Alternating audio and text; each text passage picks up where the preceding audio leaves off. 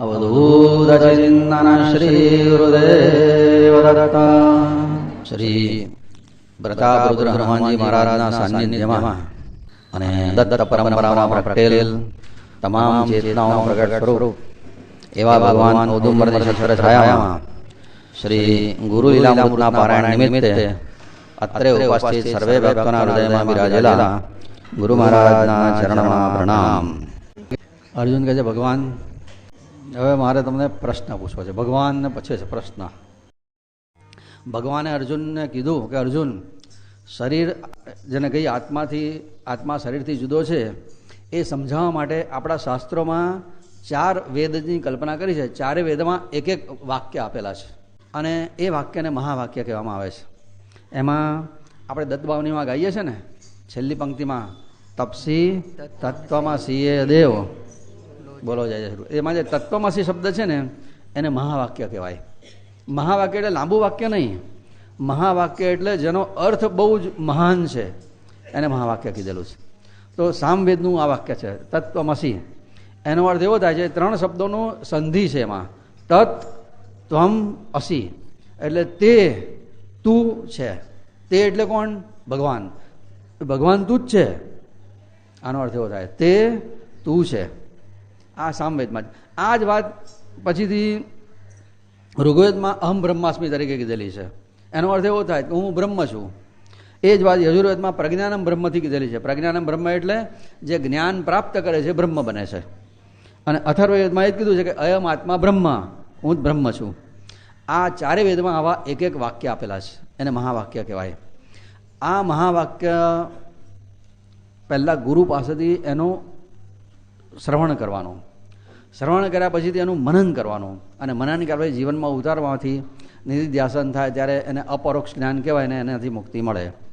પણ એના માટે સદગુરુના શરણે જવું પડે અને સદગુરુના શરણે જવા પહેલાં આપણે સત્શિષ્ય બનવું પડે. અને સત્શિષ્ય કોને કહેવાય તે અહીંયા બાપજી આપીશ કે આપણામાં આટલા લક્ષણો થાય તો આપણે સત્શિષ્ય કહેવાઈએ. એમાં 4 લક્ષણ બતાવ્યા છે જેને સાધન ચતુષ્ટય કહેવાય. સાધન એટલે 4. એમાં પહેલું એ કે વિવેક. આપણામાં વિવેક હોવો જોઈએ. વિવેક ક્યાંથી આવે? સત્સંગમાંથી. બીનું સત્સંગ વિવેક ન હોય અને રામ કૃપા બીનું સુલભ ન સોય. ભગવાન કૃપા કરે તો પહેલાં સત્સંગ આપે. સત્સંગમાંથી વિવેક જાગે. વિવેકમાંથી વૈરાગ જાગે. બીજું લક્ષણ જોઈએ વૈરાગ. વૈરાગ એટલે સંસારના બધા સુખ આપણને છેતરે છે એની હૃદયથી ખાતરી થાય.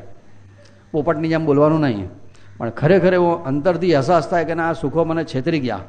કોઈ ગઠિયા ઠગી જાય પછી ખબર પડે ને કે આ ઠગાઈ ગયા અને જે મનની સ્થિતિ હોય ને એવી અત્યારે હોવી જોઈએ કે આ સુખો પાછળ દોડવું નથી. બસ એને વૈરાગ કહેવાય. વૈરાગ પછીથી ત્રીજું સાધન છે એને છે ષટ સંપત્તિ. ષટ સંપત્તિ એટલે એમાં 6 લક્ષણ બતાવ્યા છે. એમાં શમ, દમ, તિતિક્ષા, ઉપરતી, શ્રદ્ધા અને સમાધાન આવી વાત. અને ચોથું લક્ષણ બતાવે છે મુમુક્ષુતા.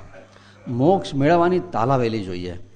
આ જેનામાં લક્ષણ હોય ને એને સત્શિષ્ય કહેવાય અને એને સદગુરુ મળે. આજે મુમુક્ષત્વ માણસમાં ખલાસ થઈ ગયો છે. કોઈને એવું લાગતું જ નથી કે આપણે છૂટવાની જરૂર છે. અહીં શું દુઃખ છે? હવે આ ટાઢ પડી તો બધા સ્વેટરો છે, સાલો છે, ગોદડા છે. ગરમી પડશે તો પંખા તો છે જ, ફ્રીજ છે, એસી છે. દુઃખ શું છે તે આપણે છૂટવાનું લાગતું જ નથી. કોક જ એવો ભાગ્યશાળી હોય કે જેને છૂટવાનું મન થાય. આપણે એના માટે વાત કરીએ છીએ ને કે રાષ્ટ્રપતિ એકવાર એમના જન્મદિવસે મોટી જેલની મુલાકાતે નીકળ્યા અને બધા કેદીઓને કીધું કે તમારી બેરેકમાં બેસી જાઓ અને તમારી જે ઈચ્છા હોય, જે પ્રોબ્લેમ હોય તે કહેજો. તો રાષ્ટ્રપતિ છે ભાઈ, બધી ઈચ્છા પૂરી કરશે તમારી જે હશે તે. રાષ્ટ્રપતિની જોડે બધા એમના આસિસ્ટન્ટ હોય, નોટ ને પેન લઈને ચાલે. એક પછી એક કેદીની બેરેક પાસે જાય. પહેલાં પાસે ગયા, બોલ ભાઈ તારે કંઈ પ્રોબ્લેમ છે? પેલો કે અમારા ઓઈડીઓમાં છે ને ગોળા પેલા પીળા હળગે એના કરતાં ટ્યુબલાઇટ મૂકી આપો ને તો જરા સારું લાગે. રાષ્ટ્રપતિ કહો લાઇટ બધાની બેરેકોમાં ટ્યુબલાઇટો લગાડી દો. બીજા પાસે ગયા, બોલ ભાઈ તારે કંઈ તકલીફ? બોલો કે અમારા ફ્લોરિંગ છે ને બધું ઉબડ ખાબડ બહુ થઈ ગયા, જરા સ્પાર્ટેક્સ નખાઈ આપો તો સારું થઈ જાય. રાષ્ટ્રપતિ કહો લાઇટ બધા સ્પાર્ટેક્સ નખાઈ આપો. બીજો કે આ શિયાળામાં છે ને જમીન ઉપર હોય ને તો ટાળ બહુ આવે છે, પથારીઓ ઠરી જાય, જરા ખાટલા હોય તો સારું. ઓર લાઇટ બધાને રાત્રે હોવા માટે ખાટલા આપી દો. બોલો કે આ બીજો પાસે ગયા, બોલ તારે કંઈ તકલીફ? બોલો કે આ રોટલા પચતા નથી, જરા પાટલી રોટલીઓ હોય ને તો પચી જાય. ઓલ રાઈટ, કાલથી અમને રોટલાની રોટેલીઓ આપજો. એક પછી એક જણની પાસે જતા જાય, દરેક જણ રીતના કહે આ તો રાષ્ટ્રપતિ ભાઈ છે કે બધું સોલ્વ કરે. પેલાને કહે ચાલ આ નોંધી લે, કાલથી આપણે કામ થઈ જવું જોઈએ. ફરતા ફરતા દરેક જણ પાસે ગયા, દરેક જણ પોતાની ફરિયાદો કહે. છેલ્લા પાસે ગયા, તારે ભાઈ મને આ જેલમાંથી બહાર કાઢી મૂકો કે છે. જેલમાં હૈયે તો આ બધી ઉપાધિ છે, હૈયતને તો ઉપાધિ શું છે કે આપણી જ કથા છે. આપણે બધા શરીરરૂપી જેલમાં એને બેઠા છે અને ભગવાન રાષ્ટ્રપતિ છે. આપણી બધી ઈચ્છા પૂરી કરવા તૈયાર છે, પણ આપણે બસ સારું ભણી જાય એટલે પછી નિરાત. સારું ભણાવી આપો, સારી નોકરી આપી દો, ધંધા સારા ચાલે, લગ્ન કરાવી આપો, છોકરાને ઘેર છોકરા આપી દો, બંગલા બનાવી આપો, પરદેશના વિઝા આપી દો, ગાડી આપી દો, બંગલા બની જાય, ડુપ્લેક્સ, એસી જોઈએ, બસ આ બધું જેલને ઠીકઠાક કરીએ છીએ આપણે. પણ જેલમાંથી બહાર નીકળવાનું કોઈને હુસતું જ નથી. ભગવાનની પાસે આપણે જેલને શણગારવાની માગણી કરીએ છીએ, પણ જેલમાંથી છૂટવા માટે આપણે ભગવાનને કહેતા જ નથી છોડાઈ દો આમાંથી. બાકી છોડાઈ દો કહીએ ને તો એ છોડાવનારો જ છે, એ કંઈ બાંધનારો નથી. પણ આપણે બંધન આપણે માગીએ છીએ. આમ થાય, દિવાલ ઉપર ગ્રેનાઇટ લગાડી દઈએ, ફ્લોરિંગ નહીં, દિવાલ ઉપર હોવું એમ, બંગલા સરસ બધા બનાવીએ, અને પછીથી આપણો છેલ્લો વરઘોડો નીકળે ને ત્યારે પેલા ઘરના બધા બધું વસાયું હોય તો બધું કે અમે તો છે, તમે ચાલ્યા આવજો. માલ પડા રહેતા હૈ, માલિક ચલા જાતા હૈ, માલિક રહી શકતો નથી. પણ કોઈને આમાંથી છૂટવાનું મન જ નથી થતું. બસ તકલીફ એ છે. પરમાત્માના વિયોગનું જે દુઃખ છે ને એની તોલે જગતનું કોઈ દુઃખ આવે નહીં, પણ આપણને એનું દુઃખ જ નથી. બસ આ જ સૌથી મોટી ઉપાધિ છે માણસની. બાકી ભગવાનની જો પ્રાપ્તિ ના થઈ ને, એકવાર આયુષ પૂરું થયા પછીની જે દુર્દશા છે ને એ બહુ ભયંકર છે, ભયંકર. સમજી લેજો. ગરુડ પુરાણમાં લખ્યું છે ને તો બહુ ઓછું છે. ખાલી માના પેટમાં જ 9 મહિના રહેવાની કલ્પના તો કરી જુઓ, ઊંધા માથે લટકવાનું, અને કેવી ગંધાતી જગ્યા, મૂત્ર અને વિષ્ઠામાં બફાય તારે આ શરીર બને છે. આપણને આટલી ઉંમર થઈ જાય ને, કોઈ કોથળામાં પૂરી દે અને ઊંધા માટે કોથળો ઉપર ખીટી પર લટકાઈ દે ને, તો માના ગર્ભમાં જે સ્થિતિ છે ને એના કરતાં બહુ સારી સ્થિતિ હોય છે. છતાંય આપણે 2 દાડામાં મરી જઈએ તો અહીંયા 2 દાડાએ ના જીવીએ. પણ એ બધું દુઃખ આપણે એની કલ્પના જ નથી. આપણે એ બધું સારું જ છે ને, હવે તો પતી ગયું તો પતી ગયું, માના પેટમાંથી બહાર આવી ગયા ને હવે શું લેવા દેવા, હવે ફરી દેખા જાય કે આવીશું તારે જોઈ લઈશું, એમ ફરી થશે તારે ફરી જોઈશું. પણ જન્મ દુઃખમ, જરા દુઃખમ, જાયા દુઃખમ, પુનઃ પુનઃ, સંસાર સાગરે દુઃખમ, તસ્માત જાગૃહી. અર્જુનના અધ્યાયમાં એ તો ટાઈમ નહોતો એટલે વાત નથી કરી, પણ હવે એ વાત યાદ કરીએ. અર્જુન ભગવાનને એવું કહે છે કે સળગતા કોલસાની પથારી બનાવવામાં આવે, સળગતા કોલસાને પાથરી દો એની પથારી બનાવો, ઝેરી નાગ ગૂંચળવાળીને બે એનું ઓશીકું બનાવો, અને ચાદરમાં ડિઝાઇનો હોય ને એટલા મોર વીછી ચોટ્યા હોય એવી ચાદર ઓઢીને પેલું ઉસીકું કરીને કોલસાની પથારીમાં હુઈ જાય, હળગતા કોલસાની. એને જેટલું સુખ હોય ને એટલું સુખ સંસારમાં કોઈને નથી. અર્જુન બોલે છે, જેણે 84,000 વર્ષ સુધી ધરતી પર એક ચક્રી શાસન કર્યું તે, અને આપણે 2 રૂમ રસોડામાં રહીએ તો આ જલસા જ છે, પંખા ચાલુ કરીને હોઈ જઈએ છે, ઘસઘસાટ નસકોરા બોલે એવા, ઊંઘ ના આવે. જો આ જન્મ મરણની ઘટનાને યાદ કરીએ તો એક વાર આ તક ચૂક્યા ને તો ફરી હાથમાં નથી આવતી. આ બહુ અમૂલ્ય તક છે મનુષ્ય જન્મ એ. પણ બધાને સંસારના સુખનો નશો ચડ્યો છે. દારૂનો નશો ચડે ને પછી દારૂડિયાને કોઈ મારે તોય અસર ના થાય, એવી રીતના સંસારના દુઃખો આપણને દુઃખ આપતા જ નથી, લાગતા જ નથી. એમ એ તો હવે સંજાય છે, એમ છેતરાઈએ છે આપણે. પણ આ સાધન ચતુષ્ટય સિદ્ધ થાય, મોક્ષ મેળવવાની ઈચ્છા કે ભગવાન હવે ફરી જન્મ નથી લેવો, બસ બહુ થઈ ગયું, એને મુમુક્ષુત્વ કહેવાય. આ 4 લક્ષણો જેનામાં હોય, વિવેક, વૈરાગ, ષટ સંપત્તિ અને મોક્ષ મેળવવાની ઈચ્છા, એને સત્શિષ્ય કહેવાય. એને સદગુરુ મળે. સદગુરુની પાસેથી આ મહાવાક્યનું ચિંતન શ્રવણ કરવાનું. શ્રવણ કરવા માટેની પદ્ધતિઓ બતાવી છે, કેવી રીતના શ્રવણ કરાવે સદગુરુ. તે એવું બાપજીએ લખી આપ્યું છે. બાપજીએ પોતે હાજર હોય ને જેટલી આપણને લાભ આપી શકે ને એટલે બધા લાભ આપ્યા છે આ ગ્રંથના માધ્યમથી. લખ્યું છે કે ગંગા, યમુના, સરસ્વતી બધી નદીઓના નામ જુદા, રૂપ જુદા, જગ્યાઓ જુદી, પણ બધામાં પાણી એક. એવી રીતના શરીર બધાના જુદા, નામ જુદા, પણ અંદરથી તત્વથી બધા એક આ બધા ઘણા બધા અભ્યાસ બતાવ્યા છે. મધમાખી બધા છોડ પરથી મધ ભેગું કરે પણ પછી કહેવાય ને કે આ ગુલાબનું છે કે આ ચંપાનું છે. એવી રીતના આ જીવ પણ બધા શરીર જુદા છે પણ તત્વથી એક છે, સમજાવવા માટેનું આ દ્રષ્ટાંત છે. ઝાડમાંથી બી બને ને બીમાંથી ઝાડ બને. એવી રીતના માણસ મરે તો વાસના રાખીને મરે ને ફરી વાસનામાંથી નવો જન્મ થાય. ઝાડમાંથી બી ને બીમાંથી ઝાડ, એવી રીતના મર્યા પછી જન્મ ને જન્મ પછી મરણ, આવું ચાલ્યા કરે છે. ઝાડની ડાળીઓ તૂટી જાય પણ ઝાડ મરે નહીં. એવી રીતના શરીર મરે પણ અંદરનો જીવ મરતો નથી, એ ખાલી આવે છે ને જાય છે. બાબો ગયો અને બાબો આવ્યો, એવું અવન જવન ચાલે છે પણ મરણ નથી થતું. પછી એ કહે છે કે ભાઈ કોઈકને ચોર પકડીને આંખે પાટા બાંધીને જંગલમાં લઈ જાય, ઝાડ હાથે બાંધી દે અને પછી તેનું બધું લૂંટીને જતા રહે. પેલો રડતો હોય ત્યારે કોઈ ભોમિયો માણસ આવે, આંખેથી પટ્ટી દૂર કરે, ઝાડ પેલા દોરડા છોડે ને પૂછે ભાઈ તું કઈથી, કયા ગામનો? પેલો એડ્રેસ બતાવે તો કે આ રસ્તે જા તો ઘેર પહોંચીશ, પૈસા આપીને ઘેર પહોંચાડે. આવી આપણી કથા.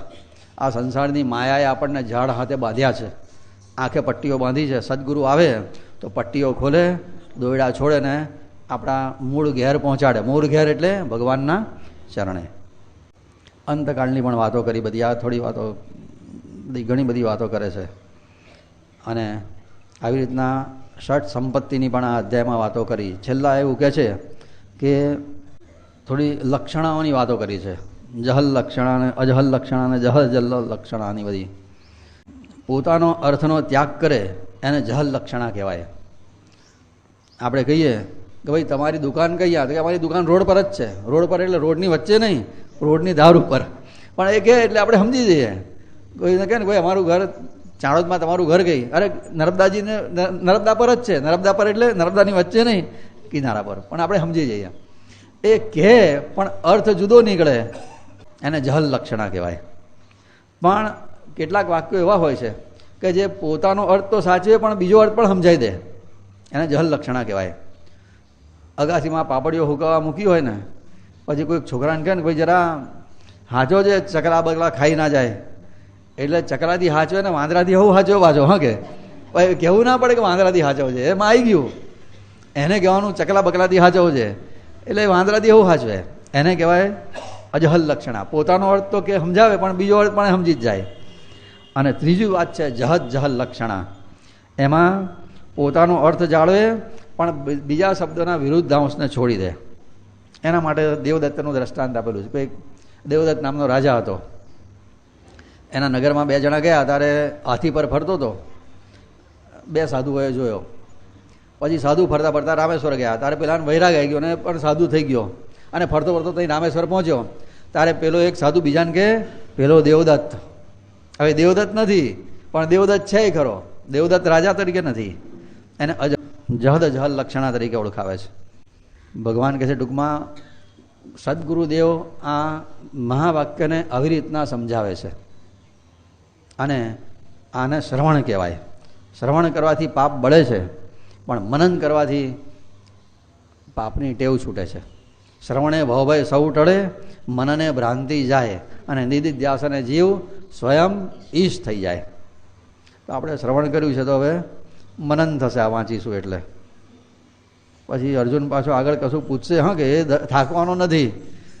દૂરે ચાંતિક એષ સુગોપ્ત સર્વાંતર નિત્યઃ શુદ્ધ સાક્ષ્ય ગુણોપી ગુણમેતિ ભક્તેચ્છા પરિપૂર્ત્યર્થમજોય વિનાશી દત્તાત્રેયં तं હૃદિ સંतं પ્રણતોસ્મિ દત્તાત્રેયં तं હૃદિ સંतं પ્રણતોસ્મિ.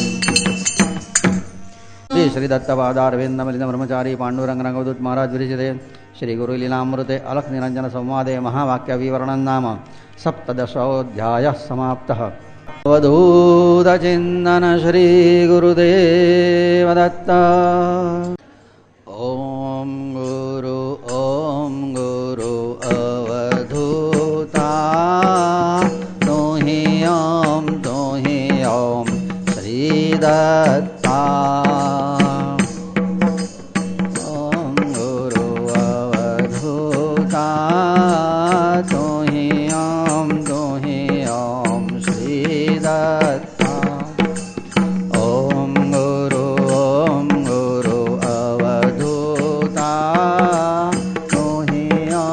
तु हि ॐ श्रीदत्ता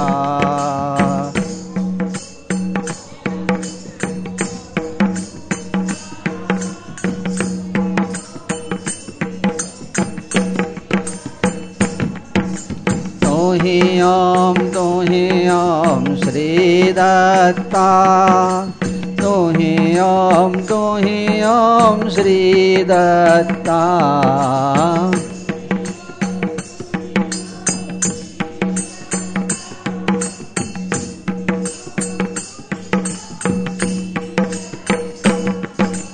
तु हि ॐ श्रीदत्ता तु हि ॐ श्रीदत्ता